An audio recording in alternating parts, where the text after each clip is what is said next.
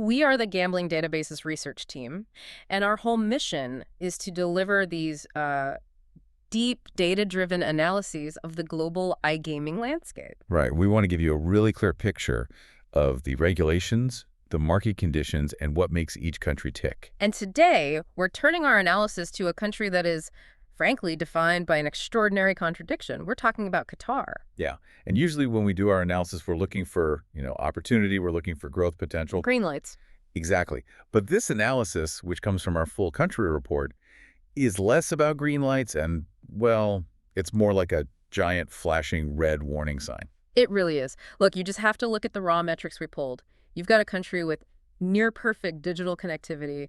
We're talking 99% internet penetration. And one of the highest GDPs per capita in the world, sitting around $90,000 US. That is just a massive amount of potential disposable income. It's huge. So the question we have to grapple with is, how can a place this wealthy, this digitally connected, also be one of the most hostile, zero-tolerance environments for iGaming? Well, that's the core tension, isn't it? It's this fundamental, almost violent clash between world-class 21st century digital infrastructure and these deeply, deeply entrenched cultural and legal prohibitions. This isn't just about high taxes or complicated paperwork. Oh, not at all. This is an environment where the entire regulatory framework is built on criminal liability. It's rooted directly in Islamic Sharia law, and it's enforced through the Qatari Penal Code. And the data just screams that at you. I mean, when we plug this market into our internal rating system, the results are, well, they're almost unheard of. Yeah. Qatar gets an operator E-score of 0.5 out of 10, and its player access score is just 0.8 out of 10. 0.5. I mean, those numbers are basically a non-score in our system. Right. To give you some perspective, most of the regulatory nightmares we look at, they still manage to hit a 2 or a 3. A 0.5 tells you everything you need to know. For a traditional operator, this market isn't just difficult, it's a regulatory nuclear wasteland. So let's unpack that regulatory hammer, because a score that low isn't an exaggeration. It's a reflection of total prohibition. It is. The central fact here is that all forms of gambling, online and offline, are strictly and unequivocally banned. No gray area. No gray area whatsoever. We're talking casino games, sport betting, lotteries, anything where a wager could result in a financial gain or loss. The stance is just. It's total. It's uncompromising. The sources we looked at did point out 2 very specific exceptions, which I find fascinating because they really show where the government draws the line. They do. So the state allows a state-run lottery, but it's very heavily controlled. All the revenue has to go toward public welfare projects. Okay. And the other one is regulated horse racing. Again, viewed more traditionally, and it operates under extremely tight government control. So those exceptions just prove the rule, really. The state only allows things that are culturally okay and directly benefit the public, not private wagering. That's it. No private chance-based betting. Full stop.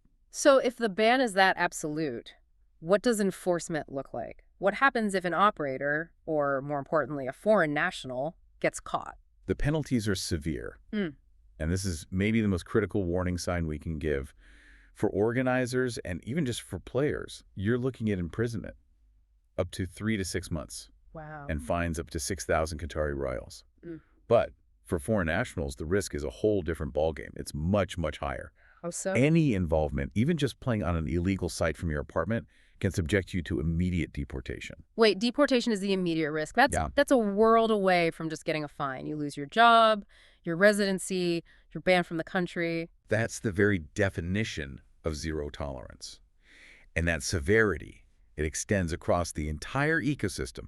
All advertising, affiliate marketing, sports sponsorships linked to gambling, all of it is subject to that same zero tolerance ban. So you can't even build a brand there indirectly. And this isn't just police work, right? The government is using its own high-tech infrastructure to enforce this. Yes, through a very sophisticated form of financial censorship. It's really a two-pronged attack. First, they block access at the network level. ISP blocking. Exactly, an ISP block. If you're in Qatar and you try to go to one of these sites, you just hit a digital wall. And prong number 2, if you somehow get past that wall, you still face the financial wall. And this is incredibly effective. They've managed to completely sever the traditional payment rails. How does that work exactly? The local banks and financial institutions are required to block any transactions related to standard gambling merchant codes.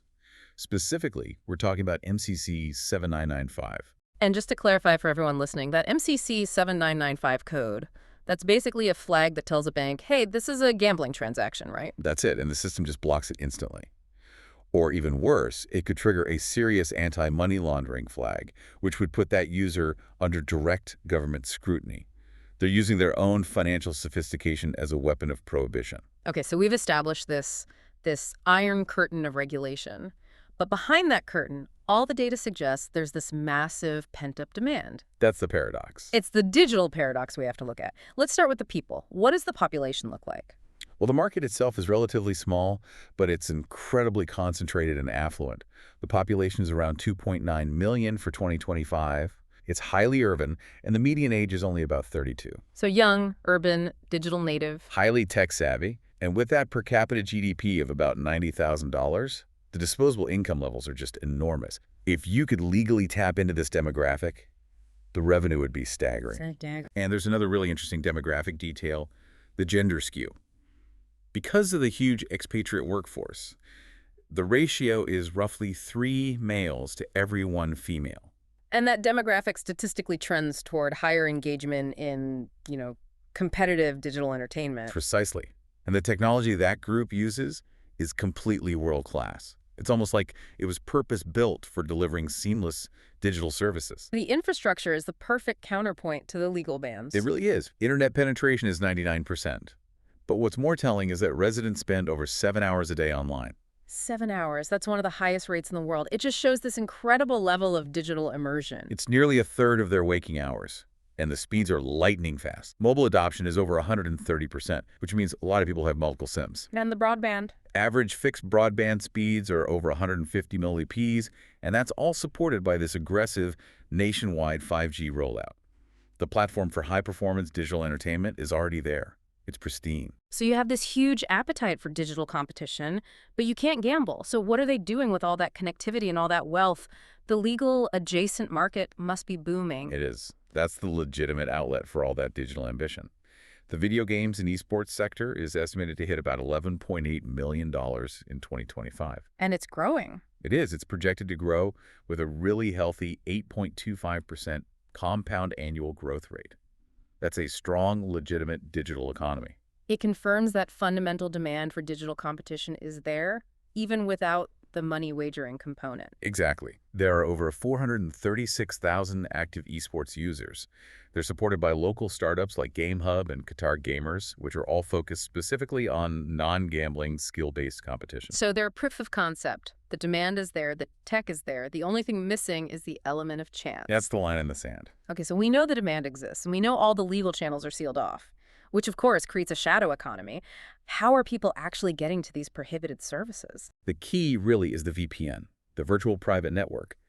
Residents use VPNs and other encrypted connections to just bypass the ISP blocks. Which requires a certain level of technical know-how. It does, but in a 99% connected population that spends 7 hours a day online, VPN usage is pretty common. And what kind of sites are they looking for? It's dominated by the big, well-known offshore brands. You see names like Jackpot City, 22Bet, and Stake being accessed pretty frequently. And these are operators licensed in places like Malta or Conaway. Right. They have absolutely no legal standing in Qatar, but they're the ones serving this illicit demand. But since the traditional banking is blocked with that MCC code, how does the money move? Is it really all crypto? Crypto is fast becoming the primary answer.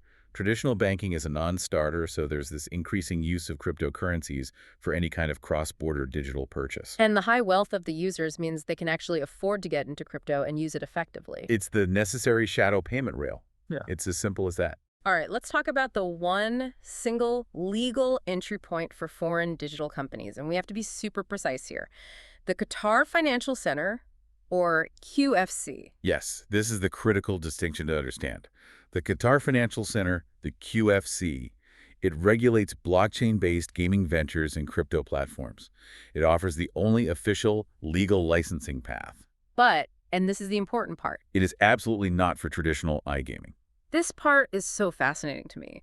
The QFC is clearly trying to build this modern global digital hub with fintech and blockchain. But by strictly cutting out games of chance, aren't they just kneecapping their own growth, especially with all this proven demand? That is the core contradiction we keep coming back to. The QFC's goal is to capture the digital innovation and the investment, but without importing what they see as the vice. So what does it take to get one of these licenses? The requirements are incredibly strict. You have to set up a local corporate presence, you have to implement very robust AML and KYC policies, and crucially, you have to go through technical audits to prove that your game is purely skill-based. No wagering mechanics at all? Zero. None whatsoever. So a company can come in, launch a legal, regulated online skill game platform, but the second they introduce a single slot machine, they've crossed the line into criminal activity. It's a hard, fixed line. You can be a tech company, but you absolutely cannot be a gambling company. That is the non-negotiable distinction, skill versus chance. So let's end with the reality check. For any offshore operator looking at that $90,000 per capita GDP and thinking about, dipping a toe in, what is the real cost of trying to tap into this shadow market? Our assessment is pretty stark. We rate the customer acquisition cost, the CAC, as extreme. Meaning what, exactly? With a total advertising blackout, how do you even find players? You're relying entirely on word of mouth or, dark web affiliates. There's no other way. So give us a number. How high are we talking for a pack? Our estimate is that it easily runs over $500 and could even go as high as $800 per player. $800. I mean, to put that in perspective, in a competitive but legal market like the UK, a good CAC might be $100. Here, you're paying maybe 10 times that just to operate in the dark, hoping to avoid ISP blocks and trying to find a customer who knows how to use crypto. Scaling is nearly impossible, so our profitability assessment, based on the research, is just unequivocal. Do not enter. Because even though the illegal market technically pays zero tax, The legal risk tax is astronomical. Yeah. The cost of doing business is the risk of jail time, asset seizure, and a complete shutdown. There's just no viable business model there. So wrapping this all up, what's the final takeaway? We have this incredible tension between high tech, high wealth, and absolute prohibition. The final synthesis is pretty clear. Qatar is one of the most hostile iGaming markets on the planet. You have high demand from a wealthy, connected population that just clashes violently with a criminal prohibition mandated by Sharia law. For any traditional operator, the risks just massively outweigh the potential reward. They absolutely do. And we really need to reiterate that critical warning for individuals. The danger goes far beyond Qatar's borders. This is so important, especially for executives or affiliates of these black market sites. You face a high risk of arrest, even if you're just transiting through Doha's airport. Which is a major global hub. It's a huge hub. And that risk is amplified because Qatar has active extradition treaties with key countries, including the USA, the UK, France, and India. So even a simple layover could pose a severe, actionable criminal risk for an executive of one of these sites. That is a stark final warning. So the only legal path forward we see is around skill-based games and esports supported by the QFC. Which brings us to the final provocative thought for you to consider. The key question for the future is whether the QFC's aggressive push to build a modern global digital economy, can that ever truly coexist long-term with the absolute Sharia-mandated ban on games of chance? That internal contradiction isn't going away. No, it's not. And it remains the single defining feature of this market. This analysis is just one part of our global research. For the full text of this report and many other country reports, you can visit our website at gamblingdatabases.com.